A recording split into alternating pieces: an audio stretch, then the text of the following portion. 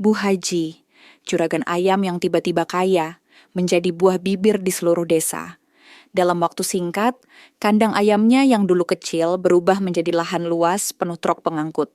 Dan rumahnya direnovasi tanpa henti siang dan malam. Namun di balik kemewahan itu, ada rahasia yang tak pernah ia ceritakan pada siapapun. Warga mulai berbisik, Bu Haji tidak sekadar berdagang, ia menjalani pesugihan kuno yang disebut kandang bubrah. Pesugihan tanpa tumbal yang menuntut satu hal mengerikan, rumah tak boleh berhenti direnovasi. Hujan menggedor genteng seperti ratusan jari yang mencari celah. Di rumah paling besar di ujung desa pinggiran Kediri, lampu teras berpendar pucat. Dindingnya masih bau semen baru, namun bunga cat yang belum kering mengelupas sendiri, seolah ada tangan yang menggaruknya dari balik tembok. Malam itu jam mendekati pergantian hari, saat suara palu terdengar tanpa wujud. Satu ketukan, lalu dua, lalu berhenti seperti ada yang sedang mendengarkan dari seberang. Orang menyebutnya rumah Bu Haji Rukiah. Juragan ayam yang kandang-kandangnya seperti kota kecil. Ia dikenal dermawan. Ia juga dikenal gemar merenovasi. Hari ini mengganti kusen, besok meluaskan dapur. Lusa melepas keramik lalu memasang kembali. Tidak pernah ada jeda. Tidak pernah ada alasan yang memuaskan selain katanya biar tampak rapi. Malam itu, listrik sempat berkedip. Pada detik hening yang menggantung, dari sela dinding yang baru diplester tercium bau busuk seperti kandang yang digenangi darah lama. Tiba-tiba dari arah belakang rumah terdengar berisik sayap dan pekik ayam yang melengking panjang. Sebuah suara lain menyusul. Bukan ayam, bukan manusia. Seperti gesekan mulut yang tidak memiliki lidah, memanggil pelan-pelan dari celah fondasi. Ketika hujan mereda, tukang yang menginap di Serambi terbangun karena ada yang menabuh palu di dalam kamar yang belum jadi. Mereka berlari ke sana dengan senter. Pintu kamar itu tertutup rapat padahal belum dipasang pegangan. Dari dalam ada suara napas yang tertahan. Ada bisik yang tidak ingin didengar. Saat pintu itu didorong, seluruh ruangan seketika dingin seperti sumur. Pada dinding yang baru disiram semen, muncul retakan membentuk kalimat yang tidak selesai. Hanya 3 kata yang terbaca jelas sebelum hurufnya runtuh kembali menjadi debu. Jangan berhenti sekarang. Desa itu terhampar di tanah yang subur. Di sisi timur ada kebun tabu yang bergoyang seperti lautan hijau. Di sisi barat, jalan kampung berakhir pada sungai kecil yang airnya bening, namun berarus malas. Orang-orang menyebut wilayah itu pinggiran Kediri, karena suara kota nyaris tidak sampai. Hanya ambulans sesekali menjerit jauh seperti mimpi buruk yang lewat di tepi telinga. Bu Haji Rukiah lahir dari keluarga pedagang telur. Suaminya telah lama wafat. Sejak itu ia mengurus usaha ayam potong seorang diri dengan kepiawaian yang membuat orang segan. Setiap subuh, truk-truk membawa keranjang penuh ayam hidup. Setiap siang, kios-kios pasar berebut pesan. Uangnya mengalir deras. Dan bersamaan dengan itu, debu renovasi tidak pernah sempat mengendap. Warga menyukai sedekahnya. Mushola dapat cat baru. Jalan dusun dapat paving. Namun bisik-bisik selalu punya telinga. Orang tua di warung kopi menyebutnya kelancaran yang terlalu lancar. Anak muda mengunggah video singkat tentang rumahnya yang seakan tumbuh seperti makhluk yang gemar berganti kulit. Di beranda media sosial pribadi, seorang tetangga menulis kalimat yang kemudian ia hapus sendiri. Katanya di rumah itu ada perjanjian yang tidak menyukai jeda. Di tengah semua itu ada tokoh yang memperhatikan tidak dengan dengki, melainkan dengan rasa ingin tahu yang menimpa orang yang hidup cukup lama di satu tempat. Namanya Mahbub. Ia guru honorer di Madrasah Ibtidaiyah, sekaligus pengurus kas mushola. Malam-malam ia sering melewati depan rumah Bu Haji sepulang dari mengaji anak-anak. Ia melihat para tukang yang bergantian secepat para pedagang dibakar. Wajah-wajah lelah yang ia tidak kenal, datang dari kecamatan yang berbeda, pergi tanpa sempat berhutang rokok. Beberapa tampak pucat, seolah tidur mereka tidak pernah berjeda lebih dari sekedip. Mahbub teringat pada kisah yang pernah ia dengar dari kakeknya bertahun-tahun lalu. Soal kandang bubrah. Sebuah cara lama yang turun dari lisan ke lisan, dibisikkan dengan ketakutan namun juga dengan daya tarik aneh yang menjerat orang yang mencarinya. Kandang bubrah adalah jalan yang mengaku tanpa tumbal. Tidak ada nyawa yang diminta.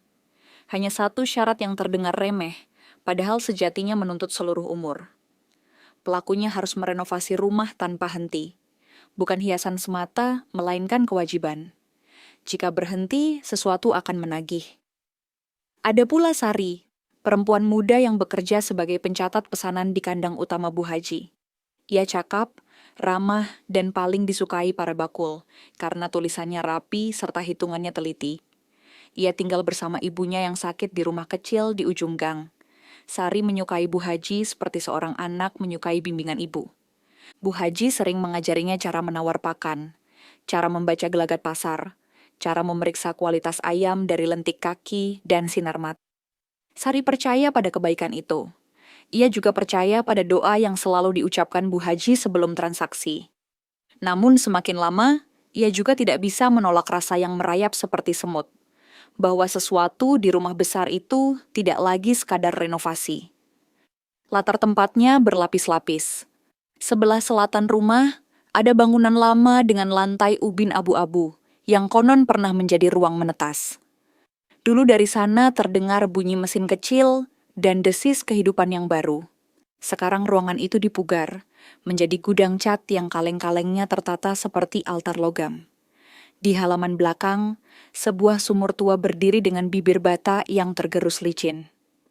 Orang jarang memakainya karena airnya berasa besi.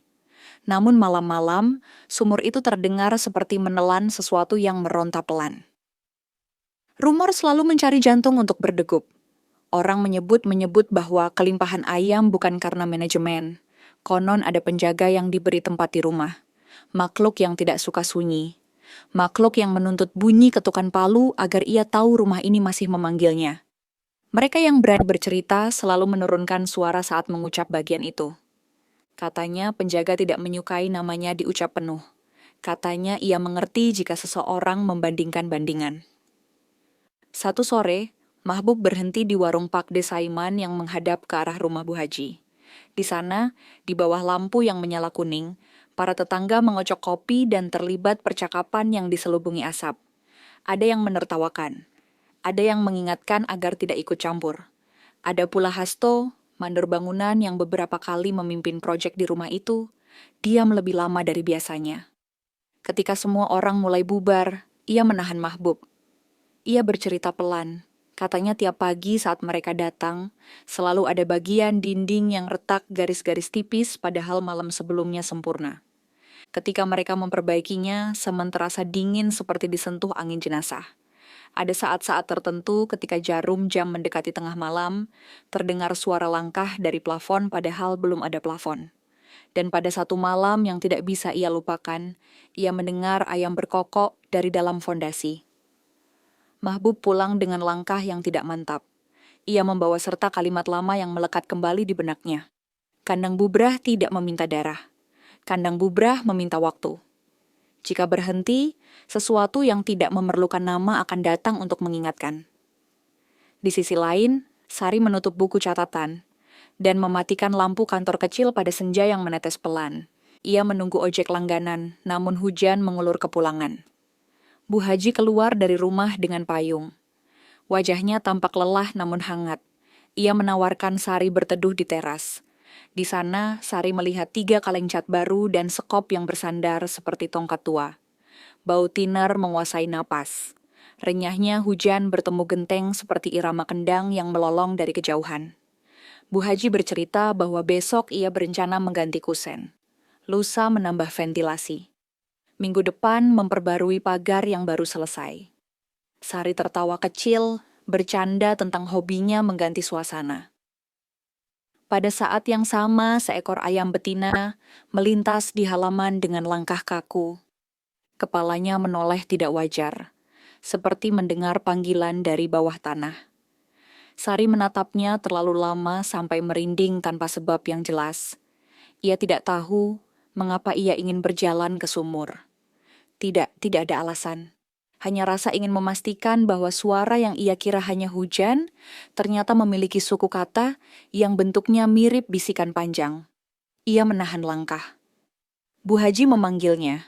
Senyum di bibir perempuan tua itu tampak tebal seperti cat yang belum kering. Malam menutup desa seperti tirai teater yang berat. Pada saat itulah, pelan-pelan, rumah besar itu menampakkan wataknya yang sebenarnya. Bukan rumah yang ingin selesai, melainkan rumah yang berdoa agar pekerjaannya tidak pernah berhenti. Pagi itu matahari muncul pucat. Dua tukang yang tidur di serambi mengeluh sakit kepala yang berat. Hasto Mandor datang terlambat karena motornya mogok tanpa sebab. Pekerjaan tidak berjalan seperti biasa. Hanya ada satu ketukan palu sepanjang jam pertama. Lalu tidak ada lagi. Suara gergaji berhenti bahkan sebelum giginya pertama menyentuh kayu. Yang ada hanya gesekan plastik penutup material yang terlilit angin. Di kandang utama, Sari mencatat jumlah pesanan dari pasar kota. Semua tampak normal sampai ia membuka pintu ruang pendingin. Aroma amis yang biasanya tertata rapi, seperti restu berubah menjadi tajam tidak wajar. Ia menutup pintu secepat mungkin dan memanggil dua karyawan untuk memeriksa. Mereka menemukan beberapa ayam segar, membiru seperti tercelup dalam air yang kehilangan udara. Tidak ada penjelasan. Listrik stabil, mesin dalam kondisi baik. Namun ketika Sari mendekat, ia mendengar sesuatu berdesis tipis dari dinding belakang, seperti napas yang tidak setuju. Siang itu rencana mengganti kusen ditunda. Hasto pulang menjemput obat karena tubuhnya menggigil. Katanya ia merasa diikuti angin dingin sejak melangkah ke halaman. Bu Haji mencoba mencari tukang pengganti dengan telepon. Nomor yang biasa dihubungi tidak aktif. Nomor baru diangkat oleh perempuan yang suaranya terdengar dari kamar yang jauh. Katanya suaminya sebenarnya sudah siap kerja, namun tadi malam ia mengigau sepanjang waktu. Ia menyebut rumah dengan genteng merah dan pagar putih. Ia menyebut suara palu yang tidak membiarkannya tidur. Sore menjelang. Langit berubah warna seperti nadi yang menipis. Bu Haji berdiri di depan pintu utama dengan mukena yang masih terlipat di lengan. Wajahnya menatap jalan seolah menunggu seseorang. Ketika Mahbub lewat, ia menyapa. Mahbub berhenti karena melihat kebisuan yang tidak wajar di halaman. Tidak ada debu terangkat. Tidak ada tawa tukang yang biasanya bertukar kata. Hanya suara ayam dari kejauhan, bukan dari kandang. Sumbernya seperti datang dari bawah lantai. Mahbub mengajak bicara ringan, menapaki percakapan tentang cuaca dan harga pakan. Lalu ia bertanya apakah hari ini proyek libur. Bu Haji tersenyum tipis, katanya hanya jeda, sejam 2 horas, karena ada yang tidak enak badan. Ia mengucapkannya seperti orang yang sedang menenangkan anak kecil agar tetap percaya pada hal yang tidak ia yakini sendiri. Mahbub hendak pamit ketika telinganya menangkap suara yang tidak seharusnya ada pada rumah yang sedang diam. Ketukan tunggal. Pelan. Terdengar dari dalam dinding. Kerasnya pas seperti meminta didengar oleh orang yang berdiri di ambang pintu. Malam turun dengan cepat seperti batu. Hujan menyusul tanpa aba-aba. Listrik berkedip lalu padam sesaat sebelum menyala kembali. Pada detik gelap itu, di tiap sudut rumah, sesuatu bergerak tanpa terlihat. Sari yang masih di kantor kecil melihat lampu gantung berayun padahal tidak ada angin. Ia meraih ponsel dan hendak menghubungi ibunya, tetapi sinyal turun. Saat ia menutup layar, kaca jendela menangkap bayangannya sendiri.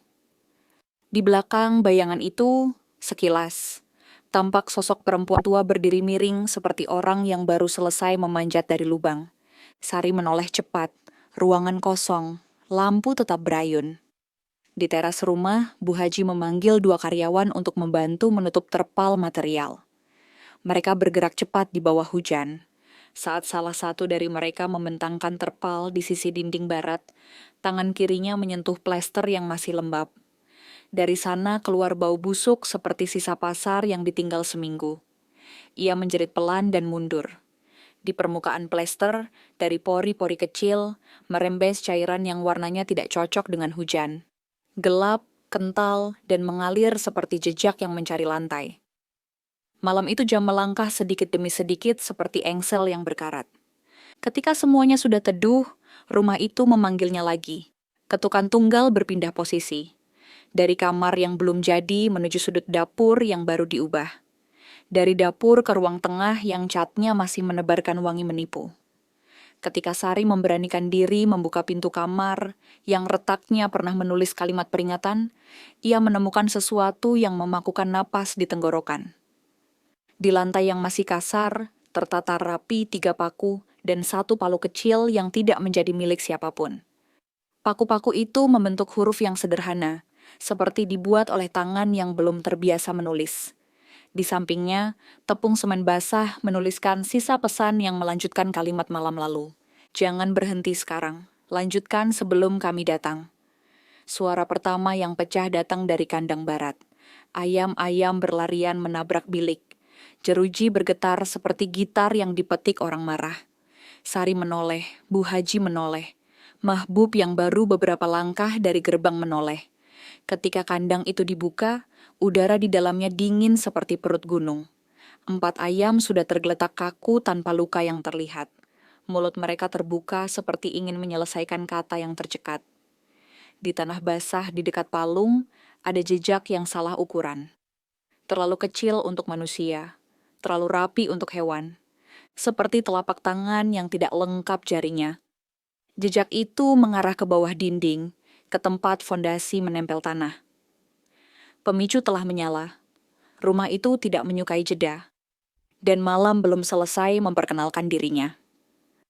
Hari berikutnya desa terbangun lebih awal. Karena kabar tersebar dari mulut ke mulut seperti api yang menemukan padang kering. 4 ayam ditemukan mati tanpa sebab. Hasto mandor jatuh demam. 2 tukang menghilang tanpa kabar. Rumah besar itu mendadak sunyi. Sunyi yang terasa padat, yang jika disentuh dengan tatapan mata akan memantul kembali menjadi tatapan lain. Bu Haji memutuskan memanggil tukang lain dari kecamatan sebelah. Mereka datang menjelang siang. 3 orang lelaki dengan wajah yang tampak keras oleh sinar matahari.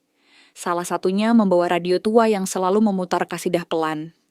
Mereka mulai bekerja di sisi barat, bagian yang plesternya mengeluarkan rembesan aneh semalam. Saat sekop pertama menyentuh dinding, radio mendadak berdesis. Lagu terpotong. Suara perempuan masuk di antara statis. Tidak jelas bahasanya, namun nadanya seperti orang yang baru belajar berucap. Mereka menoleh. Radio kembali normal. Sekop berhenti sejenak sebelum bekerja lagi. Sari masuk ke gudang cat untuk memeriksa stok karena Bu Haji bersikeras lanjutan pengecatan dilakukan sore ini. Gudang itu terasa lebih lembab dari biasanya. Kaleng-kaleng berkilat kusam. Saat ia membuka salah satu kaleng untuk memastikan isinya, permukaan cat bergelombang seperti permukaan air yang diusap jari tak terlihat. Bentuknya seperti lingkaran yang membesar lalu mengerut. Sari menjatuhkan tutup kaleng dan mundur. Suaranya memantul pada dinding logam hingga menggema yang tidak seharusnya terjadi di ruangan kecil. Di luar, langit terik namun halaman terasa dingin. Para tukang bekerja namun tubuh mereka tampak seperti menahan napas. Setiap ketukan palu memantul menjadi gema panjang yang terlalu lama untuk suara benda sekecil itu. Sesekali di antara ketukan, terdengar ketukan lain yang tidak ada sumbernya. Seperti ada yang menirukan dari dalam dinding. Seperti rumah itu sedang belajar memalu dirinya sendiri. Sore hari, Hasto datang kembali meski wajahnya masih pucat. Ia memaksa memimpin karena hatinya tidak enak meninggalkan proyek dalam keadaan ganjil.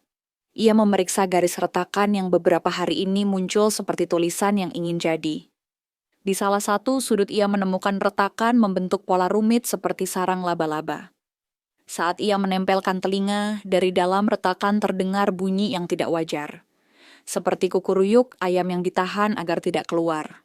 Seperti suara yang dipaksa tinggal di balik batu. Hasto mundur namun matanya tetap terpaku. Retakan itu bertambah panjang seolah bereaksi terhadap perhatiannya. Menjelang maghrib, gangguan mulai berkeliling. Di kandang timur, ayam-ayam mendadak diam serentak. Diam yang menakutkan karena sebelumnya mereka ribut. Keheningan itu diisi oleh aroma aneh, campuran amis dan wangi cat baru. Di dapur, panci di atas kompor yang tidak menyala mengeluarkan suara seperti air mendidih padahal kosong. Di ruang tengah, jam dinding berhenti tepat pada angka 12, sementara semua jam lainnya tetap berjalan.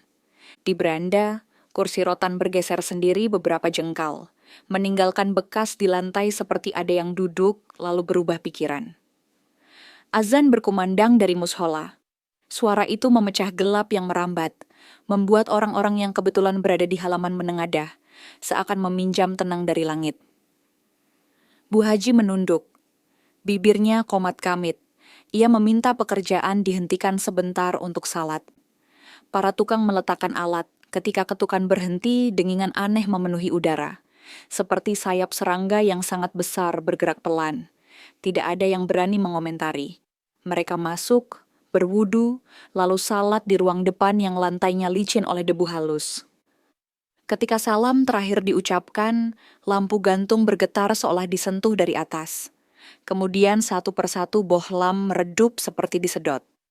Tidak sampai padam, namun cukup untuk membuat wajah-wajah di dalam ruangan tampak seperti topeng yang tidak selesai dicetak. Dari arah kamar yang belum jadi, muncul suara seret seperti sesuatu yang ditarik dengan kain. Mahbub yang kebetulan ikut salat di sana menoleh pelan. Ia menangkap pantulan samar di kaca almari.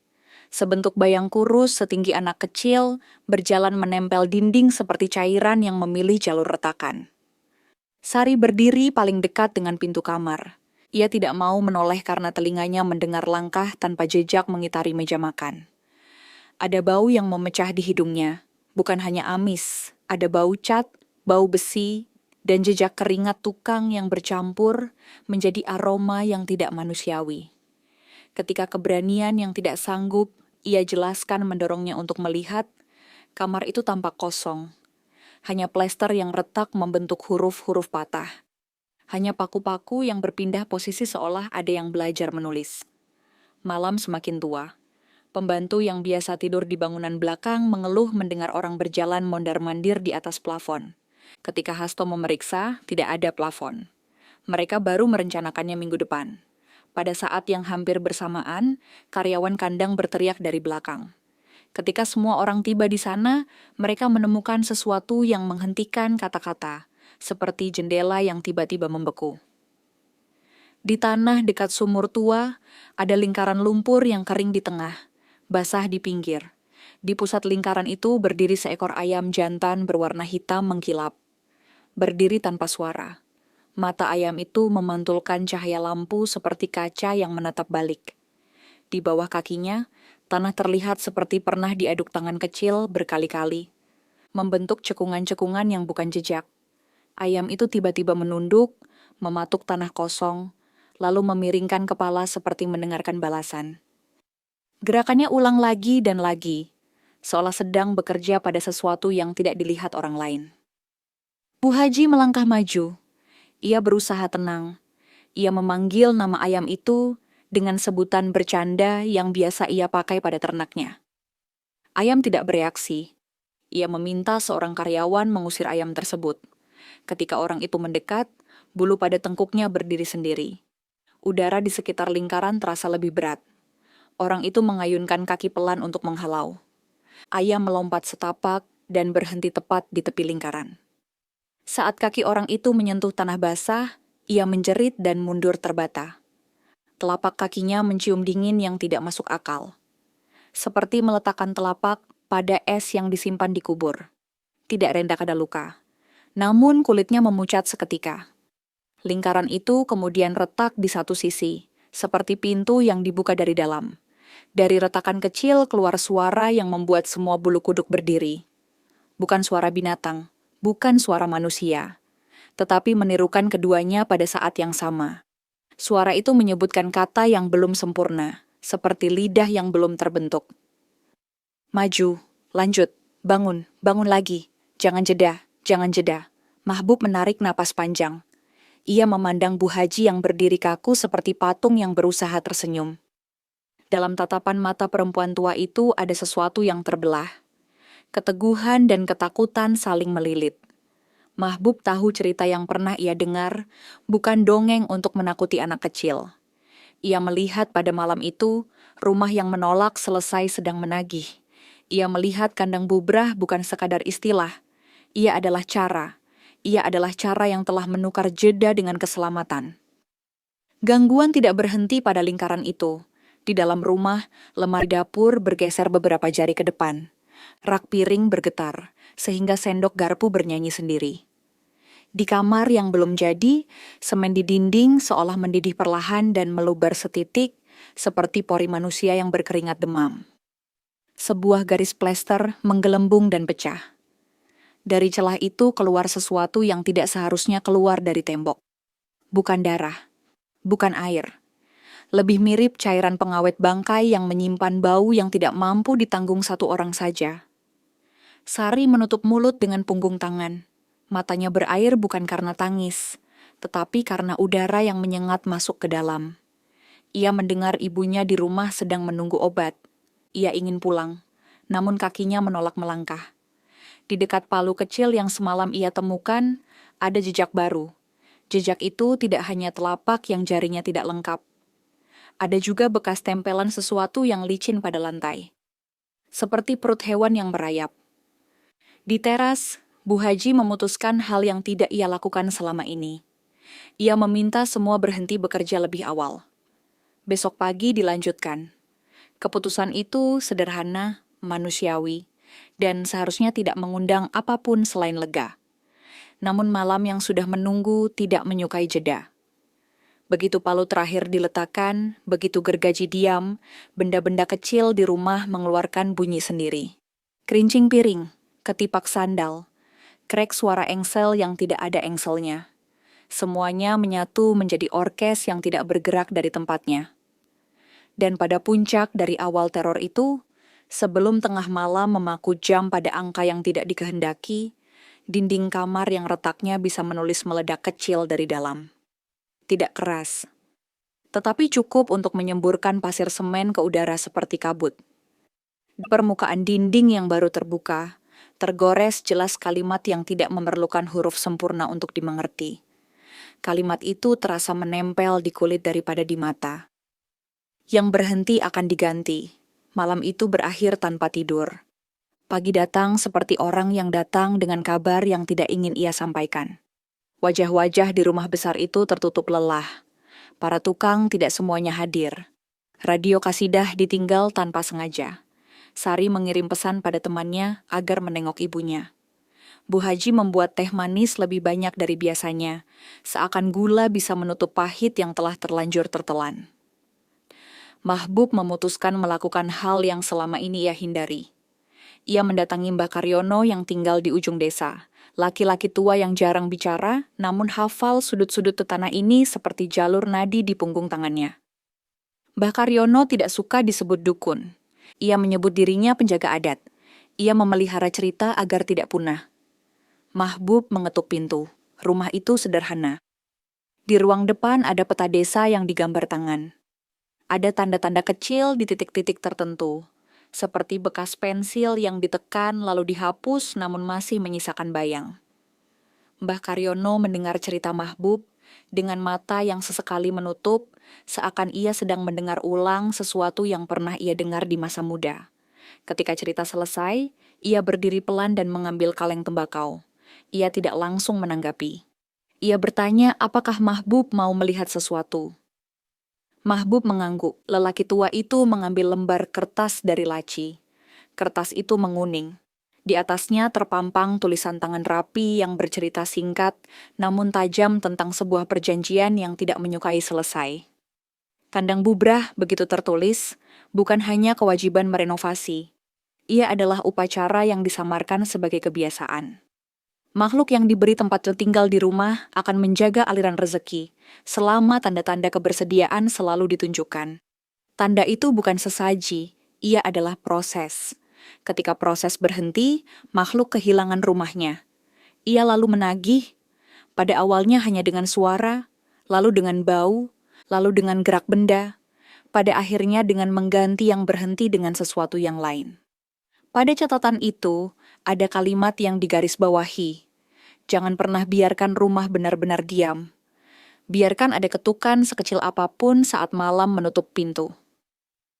Mahbub merasakan udara di sekelilingnya lebih tipis. Ia bertanya apakah ada yang pernah melakukan di desa ini. Mbah Karyono menatapnya lama.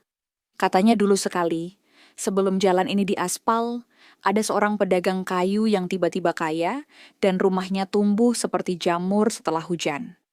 Orang itu menyalakan radio keras-keras setiap malam, menabrak sunyi dengan musik rumbia. Orang tertawa menertawakannya siang hari. Malam hari mereka menutup telinga. Sampai suatu malam radio itu mati karena petir. Esoknya bau busuk memenuhi jalan. Pedagang kayu itu menghilang tanpa jejak. Rumahnya roboh setengah seperti orang yang duduk di bangku yang patah.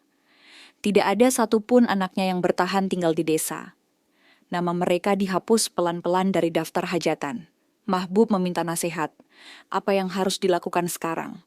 Lelaki tua itu tidak buru-buru menjawab. Ia bertanya siapa yang memulai. Mahbub menyebut nama Bu Haji Rukiah. Dagu Mbah Karyono bergerak sedikit, seperti menimbang antara belas kasihan dan marah yang pernah disimpan.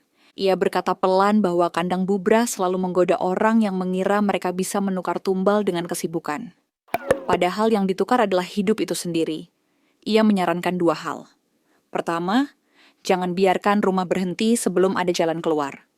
Kedua, temukan pusat rumah yang pertama kali disentuh perjanjian. Pusat itu tidak selalu ruang depan. Bisa menjadi sumur, bisa menjadi fondasi, bisa menjadi retakan yang menulis. Mahbub pulang membawa catatan yang difotokopi, agar kata-kata tua itu tidak sekali baca, lalu hilang seperti embun. Sesampainya di rumah Bu Haji, ia menemukan suasana yang tampak biasa pada pandangan pertama. Para tukang kembali bekerja. Ketukan palu mengisi siang. Namun jika telinga dibuka, ada ketukan lain yang menyusul dari dalam dinding. Ketukan yang tidak pernah salah jeda. Ketukan yang menyebut aku ada. Sari menyambutnya dan menceritakan kejadian baru. Pagi tadi ketika memeriksa kandang barat, ia menemukan garis tipis melingkar di tanah lebih rapi dari semalam. Di tengah lingkaran ada cangkang telur yang separuhnya licin, separuhnya kering. Tidak ada isi telur. Tidak ada hewan di sekitar. Saat ia menyentuh cangkang itu dengan ujung jari, telapak tangannya bergetar sendiri seperti menolak. Ia menaruh cangkang itu di atas kain lalu membawanya ke gudang. Entah mengapa ia tidak sanggup membuangnya. Mahbub menyampaikan sebagian dari yang ia pelajari. Ia tidak menyebut akhir pedagang kayu karena ia melihat mata Sari yang kelelahan. Ia hanya berkata bahwa rumah ini tidak boleh berhenti. Ia meminta izin memeriksa sumur tua di belakang. Bu Haji mengangguk. Ia ikut berjalan meski langkahnya tampak berat. Di tepi sumur, udara lebih dingin dari tempat lain. Ada lumut tipis di dinding batu. Ada tali timba yang sudah lama tidak dipegang manusia. Ketika Mahbub mencondongkan tubuh untuk melihat ke dalam, ia menangkap pantulan yang tidak wajar. Bukan wajahnya yang kembali, melainkan langit yang tampak terlalu jauh. Seakan sumur itu tidak lagi berakhir dengan air, tetapi mengarah ke tempat yang tidak perlu dinamai. Bu Haji meletakkan tangan pada bibir sumur. Telapaknya gemetar. Ia bercerita tanpa diminta. Bahwa bertahun-tahun lalu, saat usaha ayamnya hampir tumbang karena penyakit, ada orang datang memperkenalkan jalan yang tidak meminta korban. Ia ingat, kata-kata itu persis karena seperti doa. Tidak ada tumbal, tidak ada darah. Hanya renovasi sebagai tanda syukur yang tidak pernah putus. Ia mengaku pernah menolak. Namun saat itu ibunya sakit, utang menumpuk, dan pasar menutup pintu bagi pedagang kecil. Ia kata iya pada perjanjian yang menawarkan selamat sementara. Ia menyeka mata. Katanya ia percaya selama ini ia hanya sedang mempercantik rumah sambil bersedekah. Mahbub mendengarkan dengan hati yang seperti ditusuk jarum yang tidak terlihat. Ia bertanya siapa yang memperantarai. Bu Haji menyebut nama yang tidak dikenalinya. Orang itu bukan warga sini. Ia datang 2 kali lalu tidak pernah kembali. Namun sejak itu, setiap kali pekerjaan renovasi berhenti lebih dari 3 malam, selalu ada tanda. Awalnya hanya piring jatuh. Lalu retakan yang menulis, kali ini lebih ganas. Bu Haji mengaku ia lelah tetapi tidak tahu jalan keluar. Ia tidak mau rumahnya berhenti, namun setiap palu yang terangkat kini terasa seperti hutang baru. Mahbub memandang sumur lagi. Ia teringat saran kedua dari Mbah Karyono. Temukan pusat. Ia melirik ke lingkaran tanah di dekat sumur yang semalam memamerkan ayam hitam. Ia merasakan tarikan halus dari sana seperti seseorang memegang ujung kain dari bawah tanah. Ia mengajak Bu Haji dan Sari untuk mengikuti satu percobaan sederhana yang kedengarannya bodoh, namun ia yakin perlu dicoba. Ia meminta mereka menaburkan garam kasar mengelilingi lingkaran itu. Bukan sebagai penolak, melainkan sebagai batas agar gangguan memiliki pagar sementara. Sari mengambil garam dari dapur. Mereka melingkari tanah dengan garis putih gemetar. Udara di atas garis itu berdesis sesaat, seperti air panas yang disentuh hujan. Menjelang sore, Mahbub membuka kembali catatan fotokopian. Di halaman terakhir ada catatan kecil yang hampir tidak terbaca. Untuk menghentikan kandang bubrah, rumah harus diberi akhir. Bukan akhir yang membunuh penghuninya. Bukan pula akhir yang membakar tembok.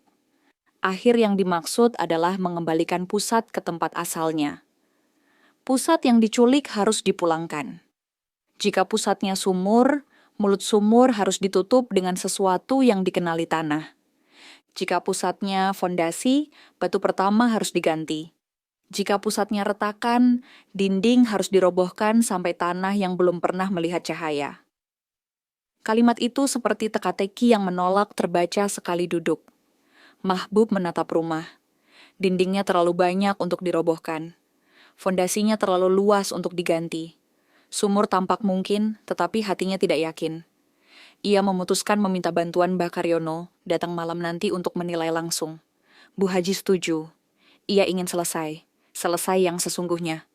Selesai yang tidak lagi meminjam jari makhluk untuk mengetuk dinding.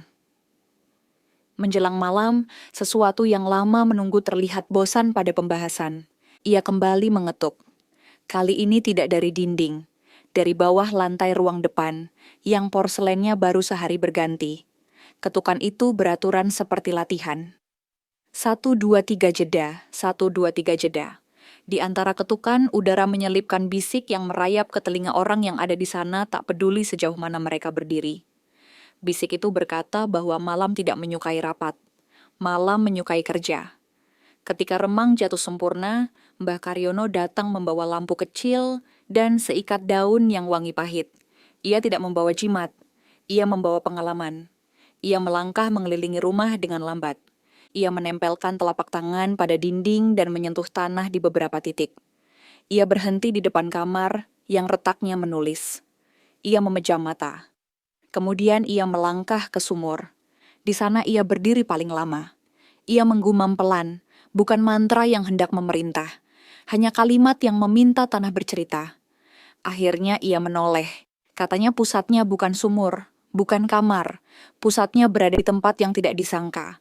Pusatnya adalah di bawah beranda depan. Di tempat pertama kali palu perjanjian menyentuh batu. Ia menunjuk ubin porselen yang tampak lebih baru dari sekitarnya. Di bawahnya ada batu yang berbeda warna. Batu itu adalah batu awal yang dulu diletakkan saat rumah diperlebar untuk pertama kali setelah perjanjian. Batu itu adalah tanda tangan. Selama batu itu di sana, rumah akan memanggil. Selama batu itu tidak dipulangkan, makhluk akan menganggap rumah ini miliknya. Saran Mbah Karyono jelas. Malam ini juga, ujar beliau, batu itu harus diangkat. Lubang bekasnya harus dipenuhi tanah dari kebun tua di sisi barat desa yang masih perawan karena tidak pernah dicangkul manusia. Tanah itu akan menutup jalan makhluk dengan halus. Bukan perang, bukan pengusiran, hanya mengembalikan alamat. Mendengar itu, Sari mengangguk meski jantungnya berdebar. Bu Haji menarik napas dalam-dalam. Wajahnya menunjukkan pergulatan yang tidak butuh kata. Di satu sisi, ia ingin selesai. Di sisi lain, bagian dirinya yang telah lama tinggal bersama perjanjian, takut kehilangan jaminan yang selama ini mengalir. Namun mata Sari menyentuh hatinya seperti tangan anak mengusap wajah ibunya. Ia mengangguk. Ia mengizinkan. Mereka menyiapkan alat. Hasto mengangkat porselen dengan hati-hati. Di bawahnya ada lapisan pasir halus. Di bawah pasir terdapat batu pipih keabu-abuan. Batu itu berbeda, seperti diletakkan dengan niat yang disembunyikan. Ketika Hasto menyentuhnya, udara di sekitar bergetar sangat halus. seperti senar yang ditarik tanpa suara.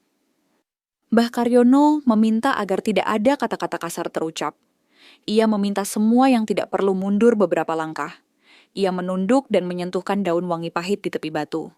Lalu bersama Hasto ia mengangkatnya pelan.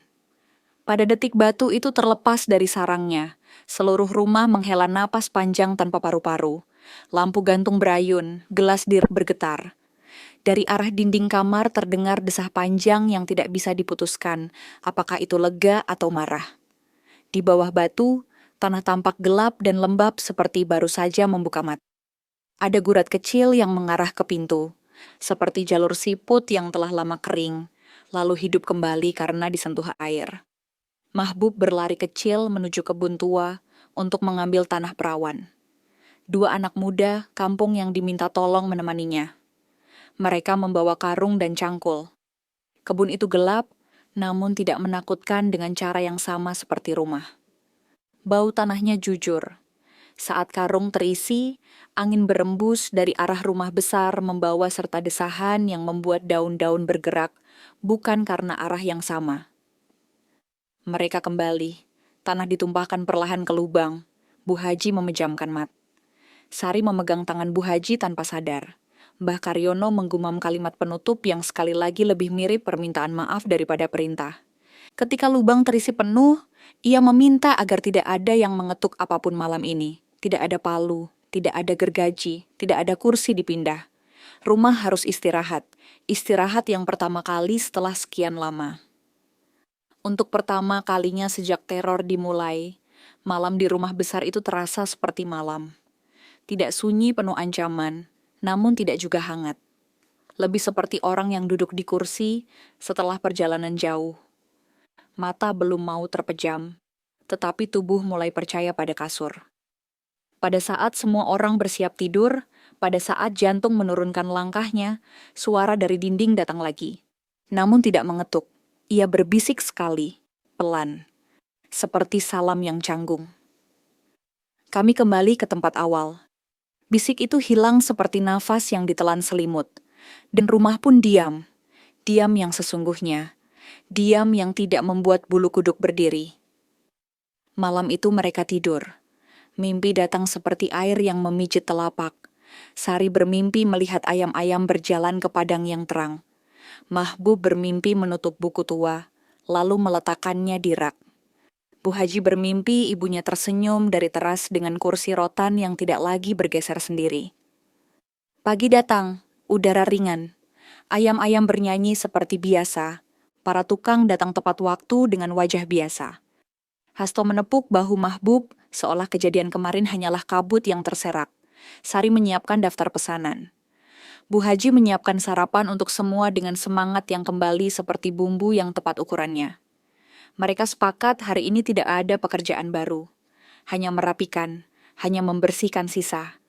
Dan pada saat sapu menari di lantai, pada saat ember plastik mengalirkan air bersih ke halaman, di balik retakan lama di kamar, sesuatu mengawasi tanpa marah. Ia berdiri di garis batas yang baru. Ia menatap tanpa dendam. Ia seperti makhluk yang hanya kehilangan alamat pos. Pelan-pelan ia mundur. Dan rumah besar itu akhirnya mempelajari arti dari kata selesai, meski belum sempat mengucapkannya dengan lantang. Senja hari itu menumpahkan warna yang lembut. Langit bagai kain yang diangkat pelan. Orang-orang di rumah besar mengira badai telah berlalu. Mereka berbicara dengan suara biasa. Mereka bahkan tertawa kecil pada hal-hal remeh. Namun ada sesuatu tentang jalan pulang yang sering lupa manusia. Ada tamu lama yang tidak pergi tanpa meninggalkan kenang-kenangan. Ada janji yang tidak suka dilepas tanpa salam penutup. Ketika matahari merayap turun, seekor ayam betina yang sehat sejak pagi tiba-tiba berlari, tidak tentu arah di halaman belakang. Sayapnya mengepak pendek. Kepalanya menoleh ke arah kamar yang retaknya menulis. Ia lalu berhenti tepat di depan beranda. Di atas tanah yang menutupi bekas batu awal, ayam itu mengais pelan. Tidak ada yang memperhatikan pada awalnya. Namun ketika suara cakar kecil itu berulang tanpa jeda, Sari menoleh. Ia melihat ayam itu membuat tanda kecil pada tanah, seperti menulis.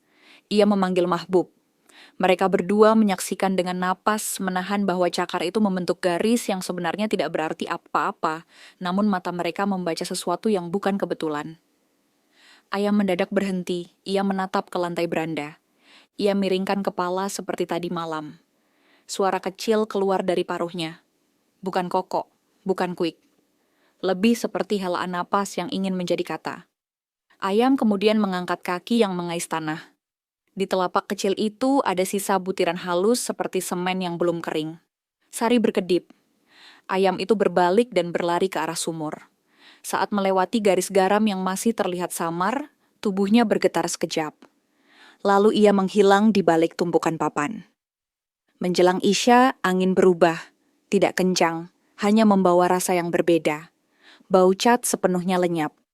Bau amis tinggal sisa. Yang datang menggantikan adalah wangi tanah basah yang tidak masuk akal karena tidak ada hujan. Wangi itu memenuhi ruang depan, lalu menyelinap ke kamar. Lampu tidak berkedip, jam tidak berhenti, namun udara menebal. Seseorang yang peka akan mengatakan ada tamu yang masih menunggu di ambang pintu. Mbah Karyono kembali malam itu untuk memastikan semua baik. Ia duduk di teras sambil meminum teh yang disuguhkan Sari. Ia mendengar bunyi biasa malam kampung. Sepeda lewat jauh. Anjing menggonggong sebentar lalu diam. Lalu suara yang bukan dari luar, datang dari bawah kursi.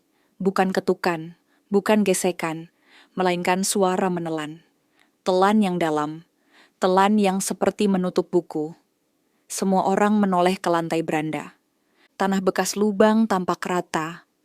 Garis kecil yang tadi dibuat ayam betina tertutup sendiri oleh debu yang jatuh dari apapun yang tidak terlihat.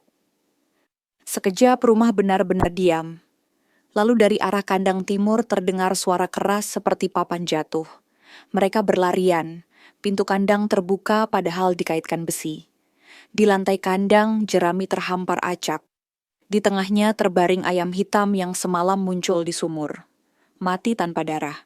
Mata tertutup seolah tertidur. Di paruhnya tersangkut butir kecil seperti pasir beranda. Sari menunduk memperhatikan. Ia memandang Mahbub. Mahbub menatap Mbah Karyono. Lelaki tua itu berdiri. Ia memeriksa tubuh ayam dengan hati-hati. Ia tidak menyebut penolak bala. Ia tidak menyebut pengusiran. Ia hanya berkata bahwa ini adalah salam penutup. Makhluk yang menempati rumah kadang memerlukan sesuatu yang menandai kepergiannya. Tidak selalu korban, kadang benda, kadang bunyi. Kali ini seekor hewan yang dipilih oleh kekuatan yang kita tidak perlu menafsirkannya terlalu jauh. Ia mengajak semua orang berdoa pendek.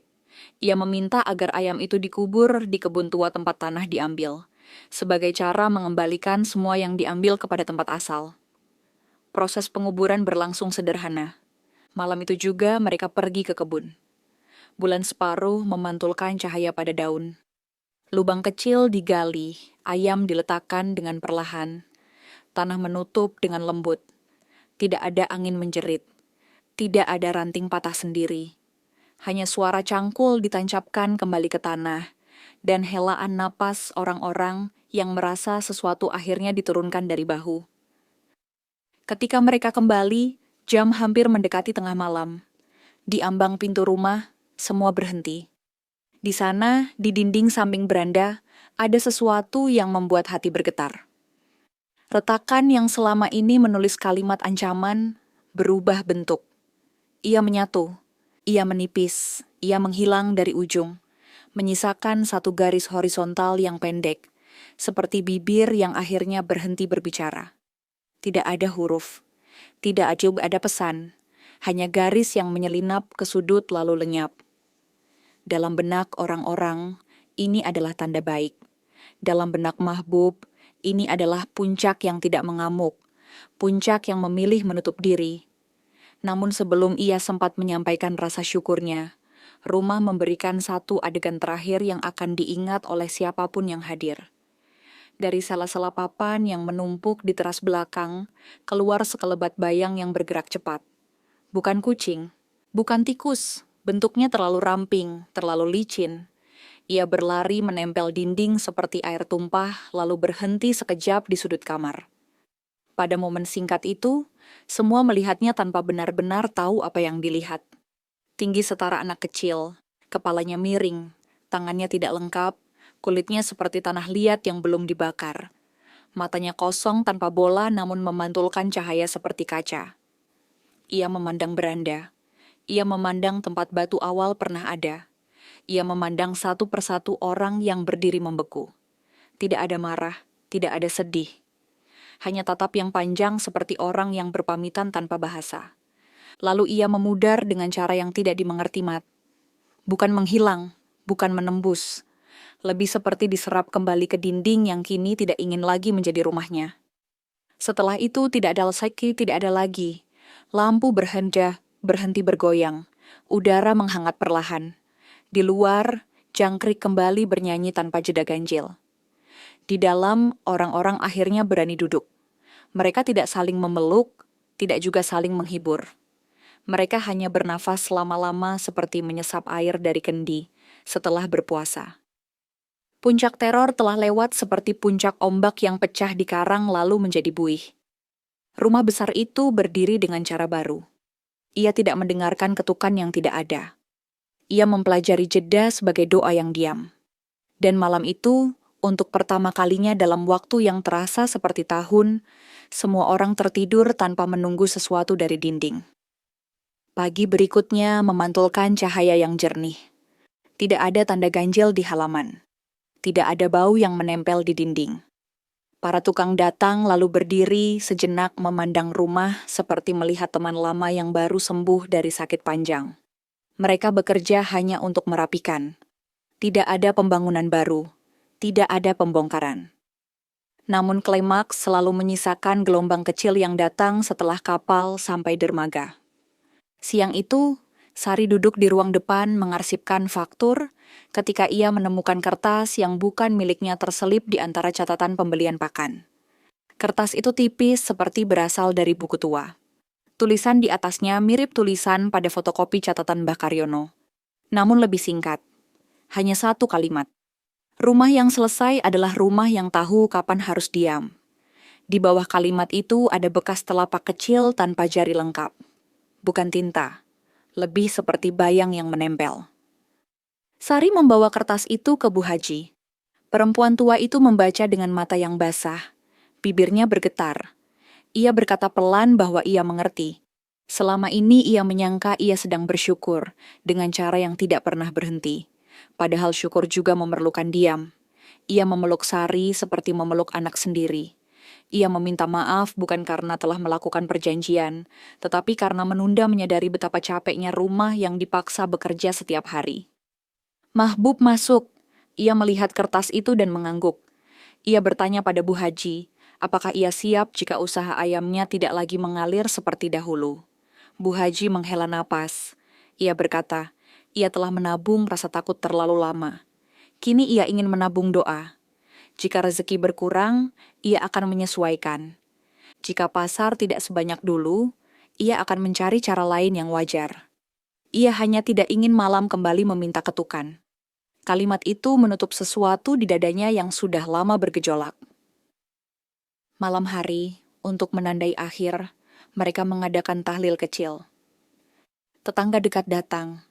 Doa mengisi ruang dengan ritme yang menenangkan. Tidak ada bayang di dinding, tidak ada kursi yang bergeser. Saat doa selesai, angin masuk membawa bau bunga yang ringan.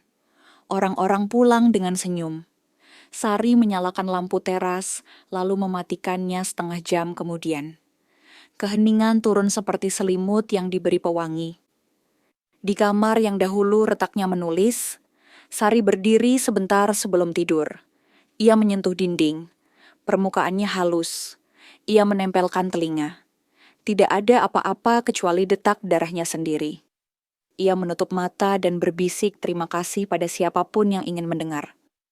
Pada bumi, pada rumah, pada makhluk yang telah pulang. Di beranda, Bu Haji duduk pada kursi rotan yang kini diam. Ia memandang halaman. Dalam hatinya ia meminta maaf pada suaminya yang telah lama pergi, pada ibunya yang dulu sakit, pada dirinya yang mengambil jalan pintas saat terdesak. Ia berjanji pada malam bahwa ia akan membiarkan rumah ini bernafas. Ia akan membiarkan cat mengering sampai benar-benar kering. Ia akan membiarkan dinding berdiri tanpa plester baru selama yang ia bisa. Ia menutup matanya dan tersenyum untuk pertama kalinya tanpa bayangan di belakangnya. Klimaks bukan ledakan. Malam itu, klimaks adalah keputusan. Keputusan yang ditandatangani oleh diam. Beberapa pekan berlalu. Desa kembali pada ritme yang dulu terasa seperti musik latar yang tidak diperhatikan. Truk-truk masih datang, meski tidak sebanyak dulu. Pasar masih memesan, meski tidak berebut. Sari menata pembukuan dengan cara yang lebih pelan. Bu Haji lebih sering duduk di teras, memerhatikan ayam-ayam berjalan tanpa tergesa. Hasto menyelesaikan pekerjaan kecil lalu berpindah ke proyek lain di desa tetangga. Mahbub kembali mengajar anak-anak Ikra di mushola dengan cerita yang tidak perlu ia bagikan pada telinga kecil. Rumah besar itu berhenti tumbuh. Tidak ada suara palu malam-malam. Tidak ada gergaji yang bernyanyi di senja. Cat yang dulu cepat mengelupas kini bertahan seperti kulit yang akhirnya menemukan ramuan yang pas. Retak-retak di kamar hilang seperti kerut yang diusap embun. Sumur tua tetap sepi namun tidak lagi mengundang merinding. Lingkaran tanah di dekatnya ditumbuhi rumput kecil. Garis garam lenyap di sapu hujan pertama yang turun setelah semua selesai. Tidak ada lagi jejak telapak tanpa jari lengkap. Namun kedamaian yang baru lahir selalu menyisakan satu simpul di tepi kain untuk mengingatkan bahwa kain pernah robek. Pada suatu siang yang tidak menandakan apa-apa, Sari membersihkan gudang cat. Ia menemukan satu kaleng cat tertua yang entah mengapa tidak pernah dibuang. Kaleng itu berkarat namun masih tertutup rapat. Ia membukanya demi memastikan tidak ada sisa yang bisa menimbulkan bau. Di dalamnya tidak ada cat. Yang ada hanya air bening setebal telunjuk yang memantulkan cahaya seperti mat. Sari menutupnya pelan. Ia mengangkat kaleng itu untuk dibuang. Saat ia melangkah ke pintu, telapaknya terasa sejuk. Sejuk yang membuatnya tersenyum tanpa tahu kenapa. Ia menaruh kaleng itu di tempat lain. Ia merasa tidak perlu membuangnya. Tidak karena takut, hanya karena sesuatu di dalamnya tampak ingin istirahat panjang. Bu Haji sesekali masih didatangi orang yang menawarkan pembangunan. Mereka membawa katalog pagar, kusen, dan lampu taman. Ia menggeleng sopan. Ia membeli lampu minyak untuk ditempatkan di pojok teras sebagai pengingat bahwa terang tidak selalu datang dari listrik. Kadang datang dari sesuatu yang tidak bisa dibeli. Ia memperbaiki hal-hal kecil sendiri bersama para pekerjanya yang setia. Menambal, bukan menambah. Suatu sore, Mahbub mengantar buku untuk Sari. Saat akan pulang, ia berhenti di depan beranda dan menunduk. Di tanah yang dulu menutup batu awal, tumbuh satu tunas kecil. Tidak ada yang menanamnya. Daunnya dua helai, tipis dan berani. Mahbub tersenyum. Ia memanggil Sari dan Bu Haji. Mereka berdiri bertiga memandangi tunas itu seolah menonton film yang tidak butuh dialog. Tunas itu bukan penanda gaib. Ia adalah tanda bumi. Ia adalah cara tanah mengingatkan bahwa ia menyimpan semua cerita, namun memilih menumbuhkan hal-hal ringan di atasnya agar manusia betah tinggal. Malam itu, sebelum tidur, Bu Haji menulis sesuatu pada secari kertas dan menempelkan di balik lemari. Tidak untuk dilihat siapapun, hanya untuk dirinya sendiri pada hari yang mungkin nanti goyah. Tulisan itu sederhana, rumahku selesai. Jika suatu hari aku tergoda membuka pintu lama, ingatlah bahwa diam juga ibadah. Desa kembali hidup seperti buku yang diteruskan pada bab baru. Namun kisah-kisah lama jarang benar-benar berakhir dengan titik. Mereka memilih koma agar generasi berikutnya bisa membaca ulang. Pada sebuah hari pasar beberapa bulan kemudian, seorang pedagang baru membuka lapak kecil menjual paku, sekrup, dan alat bangunan bekas. Ia bercerita pada pembeli bahwa ia menemukan barang-barang itu di kota dalam jumlah banyak dan murah. Saat ia tertawa, Sari yang kebetulan lewat menangkap pantulan cahaya aneh di mata pedagang itu. Hanya sekejap, seperti kilat di gelas. Ia tidak menaruh curiga. Ia membeli palu kecil karena harganya murah dan ia butuh satu di rumahnya sendiri. Malamnya, Sari meletakkan palu itu di laci.